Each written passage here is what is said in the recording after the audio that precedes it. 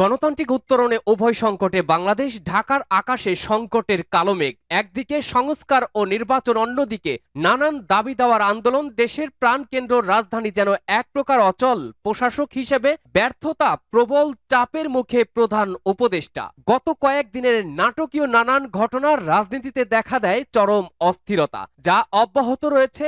এমন ঘোলাটে পরিস্থিতির কারণে সব মহলে অস্বস্তি বিরাজ করছে। ফলে প্রধান উপদেষ্টার সঙ্গে দলগুলোর আলোচনার ফলাফল অনেকটা শূন্যই বলা চলে। দেশ জুড়ে চাঁদাবাজি, দখলবাজি, হত্যার মতো ঘটনা অহরহ ঘটছে। ব্যর্থ অন্তর্বর্তী সরকার। জানিয়ে দেব বর্তমান পরিস্থিতি নিয়ে আমাদের হাতে থাকা সবশেষ আপডেট বাংলা সংবাদ। শুরুতেই শিরোনাম।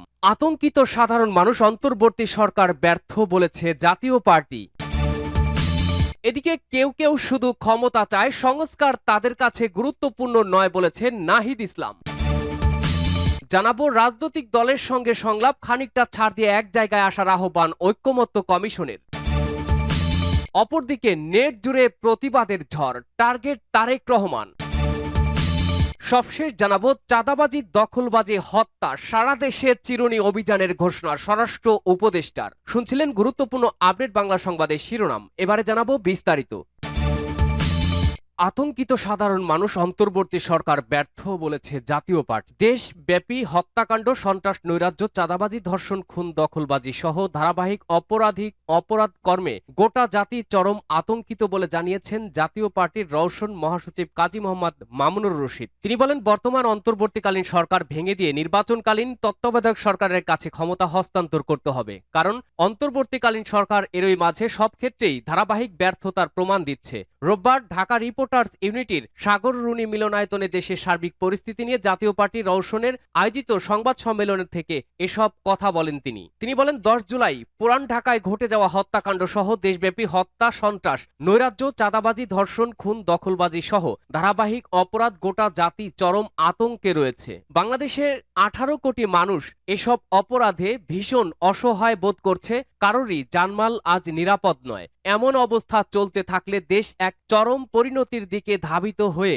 অন্ধকারে আটকে পড়বে, যা কারোরই কাম্য নয়। তিনি বলেন, এই পরিস্থিতিতে জাতীয় পার্টি মনে করে ডক্টর মোহাম্মদ ইউনূসের নেতৃত্বাধীন অন্তর্বর্তীকালীন সরকার চরম উদাসীনতা ও সিদ্ধান্তহীনতার পরিচয় দিচ্ছে। এ থেকে মুক্তির জন্য আইন শৃঙ্খলা রক্ষাকারী বাহিনী, রাজনীতিবিদ, বুদ্ধিজীবী, পেশাজীবী, ছাত্র জনতা সবার ঐক্যের কোনো বিকল্প নেই। দেশি বিদেশি অপশক্তি বাংলাদেশকে ব্যর্থ রাষ্ট্রে পরিণত করতে চায় এবং অর্থনীতির চাকা ধ্বংস করতে চক্রান্ত চালাচ্ছে।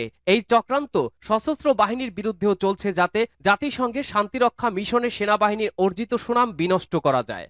কেউ কেউ শুধু ক্ষমতা চায়, সংস্কার তাদের কাছে গুরুত্বপূর্ণ নয় বলেছেন নাহিদ ইসলাম। জাতীয় নাগরিক পার্টি এনসিপির আহ্বায়ক নাহিদ ইসলাম বলেছেন, কেউ কেউ শুধু ক্ষমতা চাইছে, কোন রাজনৈতিক দল শুধু দ্রুত নির্বাচন চায়। সংস্কার তাদের কাছে গুরুত্বপূর্ণ মনে হয় না। দেশের সংস্কারের জন্য যদি কেউ না থাকে, আমরা যারা জুলাই আন্দোলনে রাজপথে নেমেছিলাম, আমাদের আহ্বানে আপনারা যারা নেমেছিলেন, যারা শহীদ হয়েছেন, তাদের প্রতি আমাদের দায়বদ্ধতা আছে। আমরা রাজপথ থেকে সরে যেতে পারি না। দুপুরে দিনাজপুর শহরের কৃষ্ণচূড়া মোড় শহীদ মিনার প্রাঙ্গণে এনসিপির পথসভায় একথা বলেন নাহিদ ইসলাম। পুরান ঢাকায় এক ব্যবসায়ীকে নৃশংসভাবে হত্যার প্রসঙ্গ উল্লেখ করে পথসভায় নাহিদ ইসলাম বলেন, এই চাঁদাবাজদের অত্যাচার, ব্যবসায়ীরা ঠিকমতো ব্যবসা করতে পারছেন না। ঢাকায় যে বীভৎসতম ঘটনা ঘটেছে, কিভাবে পাথর মেরে আমাদের এক ব্যবসায়ীকে মেরে ফেলা হয়েছে, আমরা তার প্রতিবাদ জানাই। তারা প্রতিটি জেলায় যাবেন উল্লেখ করে এনসিপির আহ্বায়ক বলেন, স্বৈরাচার সরকার জোর করে 16 বছর ক্ষমতায় টিকেছিল। মানুষের প্রতি এমন কোনো নির্যাতন নেই যে করেনি। গুম, খুন, নির্যাতন, দুর্নীতি, লুটপাট, ভোট অধিকার হরণ, সন্ত্রাস, এমন কোনো অপকর্ম নেই যে ফ্যাসিস্ট সরকার করেনি। 3 বার দেশের মানুষ ভোট দিতে পারেননি। সীমাহীন জুলুম, নির্যাতন, অত্যাচারে অতিষ্ঠ হয়ে মানুষ রাজপথে নেমে এসেছিলেন উল্লেখ করে নাহিদ ইসলাম বলেন, শুধু সরকার বা কোনো রাজনৈতিক দল নয়, পুলিশ সহ রাষ্ট্রের সব বাহিনী যে জুলুম শুরু করেছিল, এই জুলুম থেকে পরিত্রাণের জন্য রাজপথে নেমে এসেছিলাম। গণ অভ্যুত্থানের পর আমরা বলেছিলাম রাষ্ট্র সংস্কার লাগবে। আমরা পুরনো ব্যবস্থায় ফিরে যেতে চাই না, আমরা দুর্নীতি ব্যবস্থায় ফিরে যেতে চাই না। আমাদের আন্দোলনের মূল বিষয় ছিল বৈষম্যগুলো দূর করতে হবে। এই গণ অভ্যুত্থানের পর আমরা যে সরকার পেয়েছি, আমাদের সবার উচিত সেই সরকারকে সহযোগিতা করা এবং দেশকে নতুন করে গড়ে তোলা। রাজনৈতিক দলের সঙ্গে সংলাপ, খানিকটা ছাড় দিয়ে এক জায়গায় আসার আহ্বান ঐক্যমত্য কমিশনের। রাজনৈতিক দলগুলোকে খানিকটা ছাড় দিয়ে এক জায়গায় আসার আহ্বান জানিয়েছেন জাতীয় ঐক্যমত্য কমিশনের সহসভাপতি অধ্যাপক আলী রিয়াজ। রোববার রাজধানীর ফরেন সার্ভিস একাডেমিতে রাজনৈতিক দলগুলোর সঙ্গে দ্বিতীয় দফার 12তম দিনের আলোচনায় শুরুতে আলী রিয়াজ এই আহ্বান জানান। রাজনৈতিক সংকট নিরসনে জাতীয় ঐক্যমত্য গঠনের লক্ষ্যে দলগুলোর সঙ্গে এ ধারাবাহিক সংলাপ শুরু করেছে ঐক্যমত্য কমিশন। আজকের আলোচনায় অংশ নিয়েছে বিএনপি, বাংলাদেশ জামায়াতে ইসলামী, ইসলামী আন্দোলন, এনসিপি, গণসংহতি আন্দোলন সহ 30টি রাজনৈতিক দল। আলী রিয়াজ বলেন, আমরা আপনাদের বক্তব্য গুরুত্বহীন মনে করছি না, বরং অত্যন্ত গুরুত্বপূর্ণ বলেই মনে করি। কিন্তু কোথাও না কোথাও একটি জায়গায় এসে একমত হতে হবে। এর বিকল্প হতে পারে একপক্ষীয় সিদ্ধান্ত, যেখানে সবকিছু একজন ব্যক্তির হাতে কেন্দ্রীভূত থাকবে। সেটি গণতন্ত্রের জন্য সুখকর হবে না। রাষ্ট্রপতি নিয়োগ প্রক্রিয়ায় ইঙ্গিত করে অধ্যাপক আলী রিয়াজ বলেন, বর্তমানে প্রধানমন্ত্রী রাষ্ট্রপতি নিয়োগের বিষয়ে চূড়ান্ত সিদ্ধান্ত দিয়ে থাকেন। ফলে রাষ্ট্রের প্রধান ব্যক্তি নিয়োগ পাচ্ছেন মাত্র 2 ব্যক্তির সম্মতির ভিত্তিতে। এটা একরকম রোমান মডেলের মতো, যেখানে একজনের সিদ্ধান্তই সব। আলী রিয়াজ আরো বলেন, সব বিষয়ে 100% আমাদের অবস্থান থাকবে, এই ধারণা নিয়ে আলোচনা করা যাবে না। আমরা আপনাদের বলেছি কিছুটা ছাড় দিয়ে অবস্থান নমনীয় করে এক জায়গায় আসতে হবে, না হলে আলোচনা অর্থহীন হয়ে যায়। সবাই তো নিজের অবস্থান থেকে কথা বলেই যাচ্ছেন, বলছেন সারাদিন, বলছেন সারা বছর, তাহলে সংলাপের অর্থ কি? নেট জুড়ে প্রতিবাদের ঝড়, টার্গেট তারেক রহমান। দেশে যা কিছুই ঘটছে বলা হচ্ছে কেষ্টা বেটাই চোর। দেশের সব সমস্যার দায় চাপাতে, দোষ ঢাকতে কাকে সেই চেষ্টা বেটাই পরিণত করা হয়েছে তা বলার প্রয়োজন পড়ে না।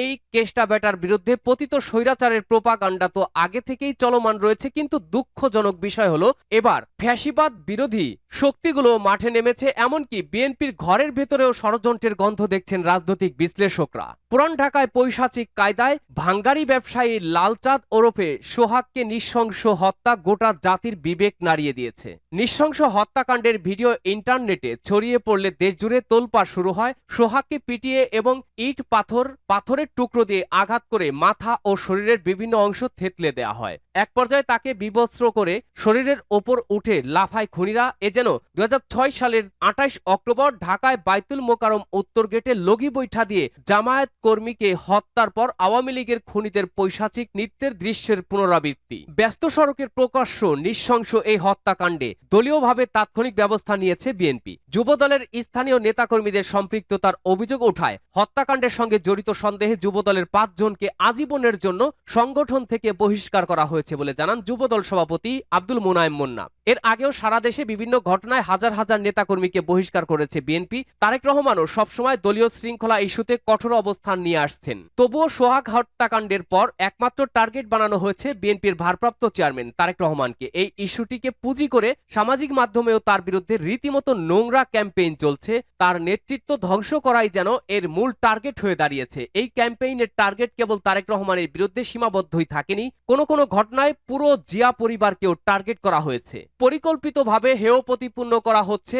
চরম মানহানিকর কর্মকাণ্ড প্রচারণা চরম ভাবিয়ে তুলছে দেশপ্রেমিক নেটিজেনদের। ফলে প্রশ্ন উঠেছে, ভাঙ্গারি ব্যবসায়ী লালচাঁদ ওরফে সোহাগ হত্যাকাণ্ডের ব্যাপক প্রচারণায় আসলে রাজনৈতিক ফায়দা কারা পাচ্ছেন? এর আগে মুরাদনগরের ট্রিপল মার্ডার, চাঁদপুরে ইমাম হত্যা চেষ্টা, লালমনিরহাটে থানা ঘেরাও ইস্যুতে বিএনপিকে কোণঠাসা করার ব্যাপক প্রচেষ্টা দেখা গেছে। সর্বশেষ ঘটনায় তারেক রহমানের বিরুদ্ধে সমন্বিত আক্রমণ লক্ষ্য করা যাচ্ছে। কথিত ইউটিউবার ভুইফোর কিছু চ্যানেল টানা প্রোপাগান্ডা, অপপ্রচার ও অপতথ্য ছড়ানোর প্রতিযোগিতায় নেমেছে। বিভিন্ন বিশ্ববিদ্যালয় ক্যাম্পাসে তারেক রহমানকে নিয়ে অত্যন্ত নোংরাভাবে টার্গেট করে কুৎসা রটানো হচ্ছে। অথচ অভ্যুত্থান চলাকালে তারেক রহমান প্রতিদিন প্রতি মুহূর্তে নিবিড়ভাবে তত্ত্বাবধান করেছেন এবং দিক নির্দেশনা দিয়েছেন। আওয়ামী সরকারের চরম ফ্যাসিবাদী আচরণে বৈষম্য বিরোধী ছাত্র আন্দোলন বারবার হোঁচটের মুখে পড়েছিল। তারেক রহমান তখন তার বিচক্ষণতা ও দক্ষতার সঙ্গে মন্ত্রণা দিয়ে বিএনপি সহ সব রাজনৈতিক দলকে এই আন্দোলনে রাজপথে সুসংগঠিত ও সম্পৃক্ত করেন এবং গণ অভ্যুত্থানে পরিণত করতে পথ দেখান। যদিও তিনি কখনো ক্রেডিট নেওয়া পছন্দ করেন না, তবে শিক্ষার্থীদের সাথে যোগাযোগ করা ও দিক নির্দেশনা দেওয়ার একটি ভিডিও ভাইরাল হয়ে পড়লে সমালোচনাকারীদের মুখ বন্ধ হয়ে যায়। দেশপ্রেমিক নেটিজেনরা বলছেন, ষড়যন্ত্র করে অভ্যুত্থানের সবচেয়ে বড় অংশীদার বিএনপি ও তারেক রহমানের অবদানকে ছোট করা যাবে না। দেশের জনগণ কখনোই নেতা চিনতে ভুল করবেন না, সামনেও করবেন না। চতুর্মুখী ষড়যন্ত্র করে তারেক রহমানের নেতৃত্ব ধ্বংস করাও যাবে না। সারা দেশে চিরুনি অভিযানের ঘোষণা স্বরাষ্ট্র উপদেষ্টার। আইনশৃঙ্খলা পরিস্থিতি বিবেচনায় আজ থেকে সারা দেশে চিরুনি অভিযানের ঘোষণা দিয়েছেন স্বরাষ্ট্র উপদেষ্টা অবসরপ্রাপ্ত লেফটেন্যান্ট জেনারেল মোহাম্মদ জাহাঙ্গীর আলম চৌধুরী। রোববার 13 জুলাই আইনশৃঙ্খলা সংক্রান্ত উপদেষ্টা পরিষদ কমিটির 11তম সভা শেষে এমনটা জানান তিনি। স্বরাষ্ট্র উপদেষ্টা বলেন, খুন, চুরি, ডাকাতি, চাঁদাবাজি, ছিনতাই, সন্ত্রাস, অপহরণ, নারী নির্যাতন, মব সহিংসতা, মাদক চোরাচালান সহ সব ধরনের অপরাধমূলক কর্মকাণ্ডের বিরুদ্ধে আইনশৃঙ্খলা বাহিনী নিয়মিত অভিযান পরিচালনা করছে। পরিস্থিতি বিবেচনায় সরকার যেকোনো সময় চিহ্নিত অপরাধী ও সন্ত্রাসীদের ধরতে বিশেষ বা চিরুনি অভিযান পরিচালনা করতে পারে। এক্ষেত্রে সাধারণ জনগণের সবার সহযোগিতা একান্তভাবে কাম্য। সরকার জনশৃঙ্খলা ও জননিরাপত্তা বিঘ্নকারী যেকোনো কার্যক্রম কঠোর হস্তে দমন করবে জানিয়ে তিনি বলেন, দেশের পরিস্থিতি অনুযায়ী বিশেষ বা চিরুনি অভিযান পরিচালনা করার সিদ্ধান্ত নেওয়া হয়েছে। এটা এখন থেকেই শুরু।